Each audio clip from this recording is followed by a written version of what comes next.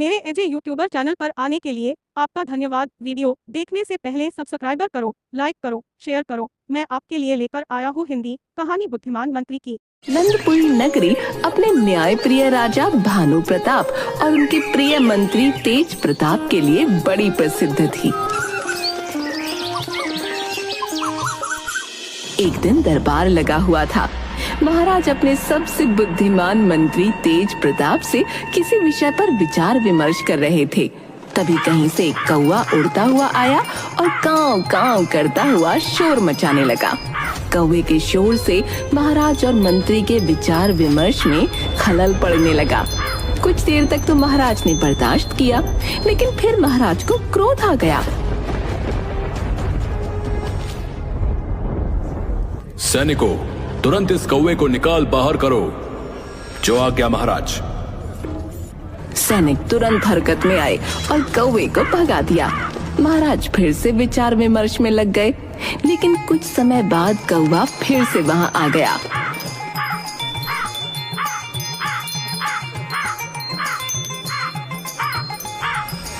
इस कौवे को जिंदा मत छोड़ो, अभी के अभी इसे मौत के घाट उतार दो। जो आज्ञा महाराज। सिपाही महाराज का आदेश पूरा करते उससे पहले ही मंत्री तेज प्रताप बोला, नहीं महाराज, आप कौवे को मत मारिए। हो सकता है कि ये आपके पास कोई फरियाद लेकर आया हो। सिपाहियों से इसके आने की वजह पता करवाइए महाराज। फरियाद? भला ये कौवा हमारे पास कैसी फरियाद लेकर आ सकता है? आप भी कैसी बातें करते हैं मंत्री जी? महाराज, आपके न्याय पर सिर्फ आपकी प्रजा को ही नहीं, आपके राज्य में रहने वाले पशु पक्षियों को भी पूरा भरोसा है।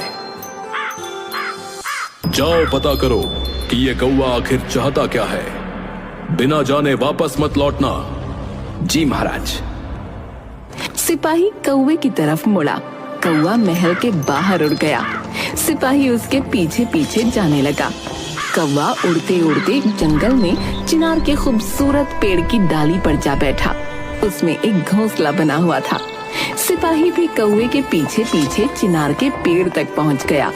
उसने देखा कि कौवा जिस पेड़ पर बैठा है उस पेड़ को एक लकड़हारा काट रहा है। सिपाही को देख कौवा कांव कांव करने लगा। सिपाही को समझते देर न लगी कि जिस पेड़ को लकड़हारा काट रहा है उसकी डाली पर कौवे का घोंसला है। सुनो, फौरन पेड़ काटना बंद करो। पेड़ काटने से पहले तुमने देखा नहीं कि इस पर एक परिंदे का घोंसला बना हुआ है? लकड़हारा कहाँ जानता था कि वो सिपाही महाराज के हुक्म से उसे रोक रहा है। वो तैश में आ गया और बदतमीजी से जवाब दिया, अरे मैं क्यों परिंदे का घोंसला देखूं? वो है क्या? तुमसे जरा सा कीमती होगा बस। लकड़हारे की बदतमीजी देख सिपाही को क्रोध आ गया। तुम तो बड़े ही बदतमीज आदमी हो। पहले तो बिना देखे पेड़ काट रहे हो, और जब मैंने तुम्हें रोका तो तुम मुझसे ही बदतमीजी कर रहे हो। चलो, अभी तुम्हें महाराज के सामने ले जाता हूँ और वहीं तुम्हारा न्याय करेंगे। सिपाही लकड़हारे को पकड़कर महाराज के सामने ले गया और जंगल में घटी सारी घटना विस्तार से सुनाने के बाद वो महाराज से बोला,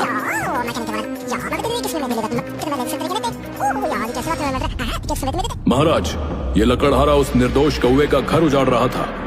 मैंने मना किया तो बदतमीजी करने लगा। ये सजा का हकदार है महाराज। महाराज को भी लकड़हारे के व्यवहार पर क्रोध आ गया। महाराज ने उस लकड़हारे को सजा देने की ठान ली और मंत्री तेज प्रताप से बोले, मंत्री जी, इस बदतमीज लकड़हारे ने बहुत बड़ी गुस्ताखी की है। इसे क्या सजा मिलनी चाहिए? आप ही बताइए। क्या इसे मौत की सजा दे दी जाए? मुझे माफ कर दो महाराज, मुझसे गलती हो गई। महाराज, इसे कहाँ पता था कि सिपाही आपके आदेश का पालन कर रहे हैं, इसलिए बदतमीजी कर बैठा होगा। हालांकि उसका ये व्यवहार गलत था, लेकिन मौत की सजा इस गुस्ताखी के लिए बहुत ज्यादा है। वैसे भी दिल ही दिल में ये पछता रहा होगा। ऐसा करें, इसे महल से इसके घर तक बेत से मारते हुए ले जाने की सजा दे दीजिए। सिपाहियों, इस लकड़हारे को उसके घर तक बेत से मारते हुए ले जाओ। यह सजा मौत की सजा जैसी सख्त तो नहीं है, लेकिन सबके सामने बेत की मार सहते हुए उछल उछल कर घर तक पहुंचना बहुत ही शर्मनाक बात है। ये लकड़हारा आगे से ऐसा व्यवहार कभी किसी के साथ भी नहीं करेगा, और साथ ही साथ इसे देखकर हमारी प्रजा को भी इंसानों और पशुओं के प्रति अपने व्यवहार को मधुर रखने की सीख मिलेगी। इस सजा के बाद लकड़हारे ने अपना व्यवहार लोगों के प्रति बदल दिया और इसके साथ ही नगर के दूसरे लोगों को भी एक सीख मिल गई। दूसरी तरफ एक भिखारी भूख से तड़पने के कारण खाने के लिए कुछ मांग रहा था। भगवान के नाम पर मुझे कुछ दे दो बाबा, 3 दिनों से भूखा हूँ, एक दाना भी मुंह में नहीं डाला। जो कुछ भी रूखा सूखा मिल जाए वही दे दो, भगवान आपका भला करेगा। तभी एक व्यक्ति भिखारी को आवाज देता है।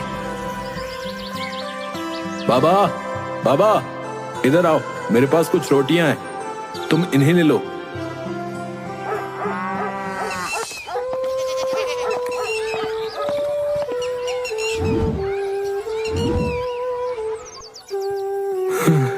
भगवान आपका भला करेगा। बाबा, मेरे पास सब्जी नहीं है, सिर्फ कुछ रोटियां हैं। भूखे के लिए तो यही बहुत है। आपका बहुत बहुत धन्यवाद, भगवान आपको तरक्की दे। बाबा, आगे देख लीजिए, शायद आपको कहीं से सब्जी मिल जाए। भगवान आपका भला करे। अब भिखारी रोटी के लिए सब्जी की तलाश में पास के ही एक पंडाल में पहुंचता है। भिखारी पंडाल के मालिक से थोड़ी सी सब्जी मांगता है। मालिक, मेरे पास ये रोटियां हैं, क्या आप मुझे थोड़ी सी सब्जी दे देंगे? बड़ी कृपा होगी आपकी, भगवान आपका भला करेगा। चल भाग यहाँ से, भिखारी कहीं का, सुबह सुबह न जाने कहां से आ गया, चल भाग। पंडाल का मालिक उस भिखारी को भगा देता है। दुखी भिखारी किसी तरह पंडाल के मालिक से नजर बचाता हुआ रसोई के पास पहुंच जाता है। वहाँ कई तरह के लजीज पकवान बन रहे होते हैं और उनकी खुशबू चारों तरफ फैल रही होती है। भिखारी खुद से बोलता है, इतना सारा खाना बन रहा है यहाँ, अगर ये आदमी थोड़ी सी सब्जी मुझे दे देता तो इसका बोझ कौन सा घट जाता। खैर, जैसी उनकी मर्जी, लेकिन इन लजीज सब्जियों की खुशबू का क्या करूं जो मुझे यहाँ से जाने नहीं दे रही। तभी उसकी नजर गरम गरम सब्जियों से निकल रही भाप पर पड़ती है। अगर मैं अपनी रोटियां सब्जियों की भाप के ऊपर थोड़ी देर रख दूं, तो लजीज सब्जियों की खुशबू इन रोटियों में समा जाएगी और बिना सब्जी के भी रोटियों के साथ सब्जी का स्वाद आ जाएगा। भिखारी सबकी नजर बचाकर पंडाल में घुसता है और सब्जियों से निकल रही भाप पर अपनी रोटियां रख लेता है। तभी अचानक वहाँ पंडाल का मालिक आ जाता है और जोर से चिल्लाता है, चोर चोर चोर कहीं का, पहले भीख मांग रहा था और अब चोरी करने लगा। मैं जानता हूं तुम जैसे लोगों को, तुम सिर्फ शक्ल से ही ऐसे दिखते हो, असलियत में तो होते चोर हो। पंडाल का मालिक भिखारी को सब्जी चोरी करने के लिए पकड़ लेता है। मैंने सब्जी नहीं चुराई है, मैं सिर्फ सब्जी की खुशबू ले रहा था मालिक।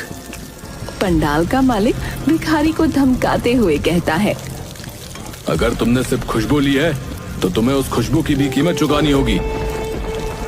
मालिक, मेरे पास कुछ भी नहीं है जिससे कि मैं खुशबू की कीमत चुका सकूं।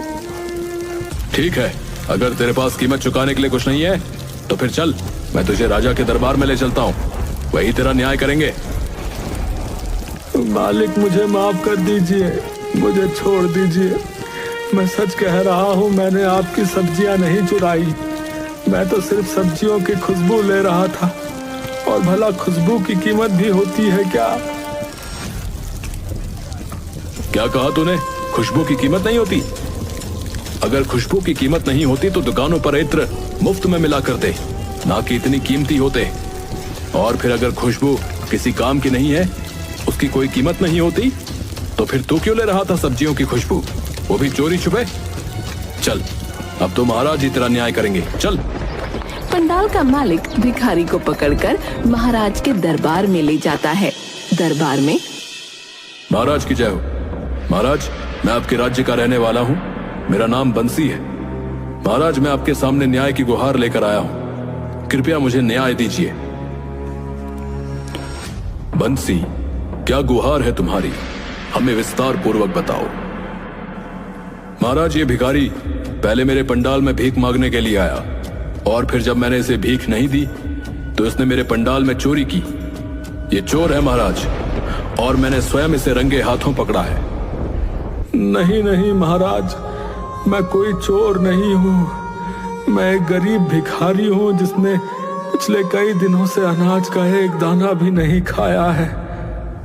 अगर तू चोर नहीं है तो फिर मेरे मना करने के बाद पंडाल के अंदर क्या कर रहा था? साहब, मैंने आपको बताया तो कि मैं सिर्फ सब्जियों की खुशबू ले रहा था। चोर है तू, चोर है, और अब झूठ भी बोल रहा है। महाराज, आप तो इसे कैद खाने में डाल दीजिए, उम्र कैद की सजा दे दीजिए। चुप करो तुम दोनों, जानवरों की तरह लड़ना बंद करो। तुम दोनों बारी बारी अपनी बात विस्तार पूर्वक बताओ।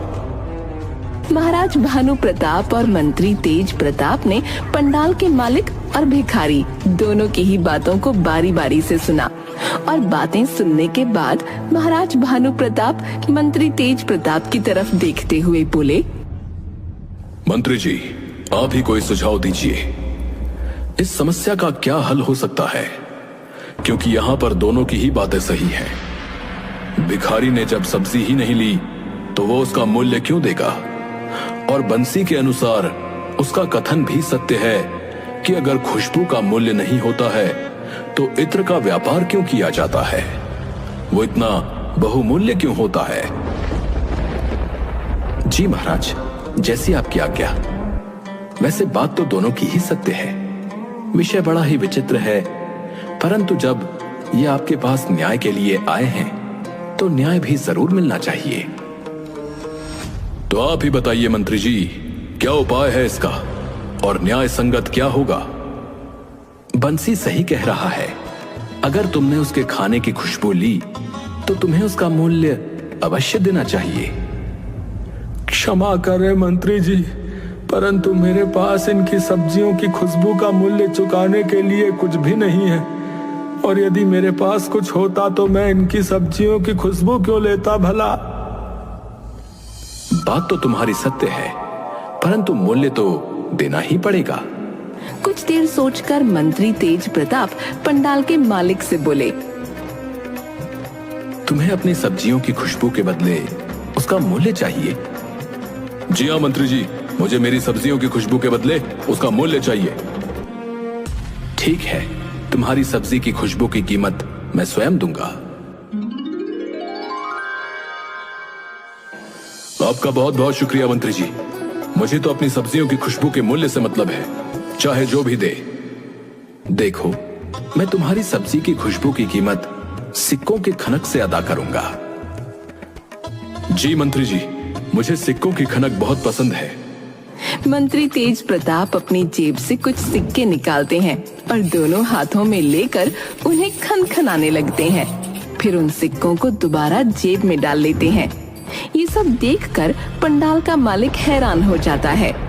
वो मंत्री तेज प्रताप से कहता है, ये कैसा मूल्य दे रहे हैं आप? आपने तो सिक्के निकाले और उसकी आवाज करके वापस अपनी जेब में रख लिया। तुम्हारी सब्जी की खुशबू इस भिखारी ने ले ली थी, इसी वजह से मैंने तुम्हें सिक्कों की खनक सुनाई है। अगर इस भिखारी ने सब्जी ली होती तो तुम्हें कुछ सिक्के जरूर मिलते। मंत्री तेज प्रताप का जवाब सुनकर पंडाल का मालिक आंखें चुराते हुए वहां से चला जाता है। भिखारी भी महाराज और मंत्री की जय के नारे लगाते हुए खुशी खुशी अपने रास्ते निकल जाता है।